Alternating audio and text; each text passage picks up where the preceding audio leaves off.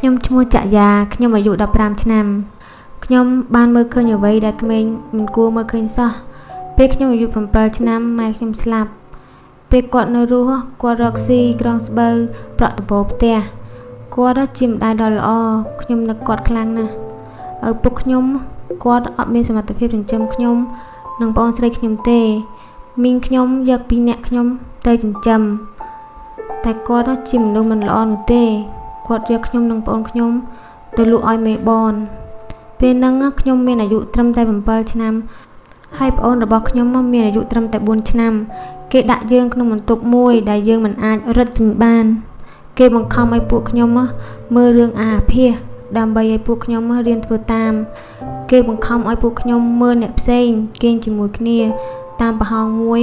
ក្នុងជញ្ជាំងបើខ្ញុំបដិសេធគេនឹងយកខ្សែភ្លើងមកឆក់ពួកខ្ញុំនៅយល់សពឃើញរហូតដល់ឥឡូវហ្នឹងបន្ទាប់ពីខ្ញុំនៅបាន4ឆ្នាំមានអ្នកជួយរំដោះខ្ញុំឲ្យចេញពីផ្ទះបនហើយឥឡូវខ្ញុំនៅក្នុងអង្គការគ្រីស្ទៀនមួយខ្ញុំមានឪពុកម្ដាយចិញ្ចឹមហើយនឹងបានទទួលការរៀនសូត្រដែរអង្គការនោះគេផ្ដល់ឱកាសឲ្យខ្ញុំបានជួបជាមួយអ្នកព្យាបាលផ្លូវចិត្តព្រមទាំងស្រីផ្សេងទៀតដែលធ្លាប់ឆ្លងកាត់រឿងដូចខ្ញុំដែរយើងអធិដ្ឋានជាមួយគ្នាជួនកាលយំជាមួយគ្នាបញ្ចេញពីអារម្មណ៍ឈឺចាប់អារម្មណ៍បាក់ទឹកចិត្តនិងអារម្មណ៍សោកស្ដាយចំពោះអ្វីដែលបានកើតឡើងជាមួយគ្នាទាំងអស់នេះជួយព្យាបាលចិត្តខ្ញុំឲ្យខ្ញុំមានសង្ឃឹម